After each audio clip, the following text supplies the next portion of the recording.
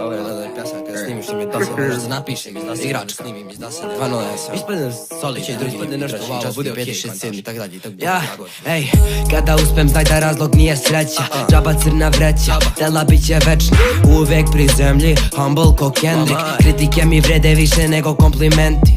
svi se lože al su irelevantni iz ove faze vas vadim hip hop Gandhi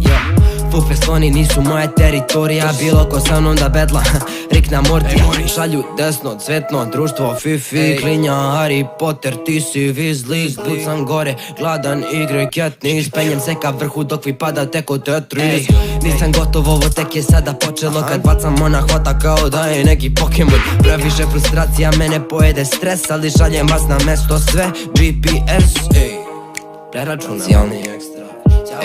preračunam tekstove pravim preračunam ej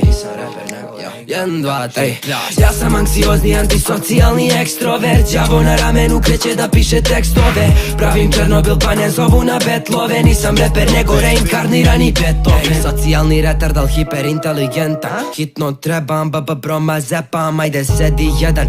jedva gledam nula given fucks i jedan fuck vam ne dam ej jo kontam tačno nisam normalan pijem viski na glavačke suljaške i odmaram ja sam pravna škola pa sve moramo po normama mala potpiši ugovor ovo je odnos formalan od uvek u kasama kod nas je bio manjak penjemo se bit ćemo više od Himalaja kradete mi flowove kao da su na zajam pustim ove drage nije nastup nego zajam double time me da pitaš previše pričam sve me izaziva previše slika ne pušta ritam veruj da ona životinja u meni nikada sita double time moram brku je fora istražujem kada sam Dora stari smo vukovi drljača bora sve redom otvaram klinja Pandora bra ja sam anksiozni socijalni ekstrovert bolje na menu kreće ej jo ej 1, 2, 3 ja sam anksiozni, antisocijalni ekstrovert đavo na ramenu kreće da piše tekstove pravim Černobil pa ne zovu na betlove nisam reper nego reinkarnirani Beethoven ja sam anksiozni, antisocijalni ekstrovert đavo na ramenu kreće da piše tekstove pravim Černobil pa ne zovu na betlove nisam reper nego reinkarnirani Beethoven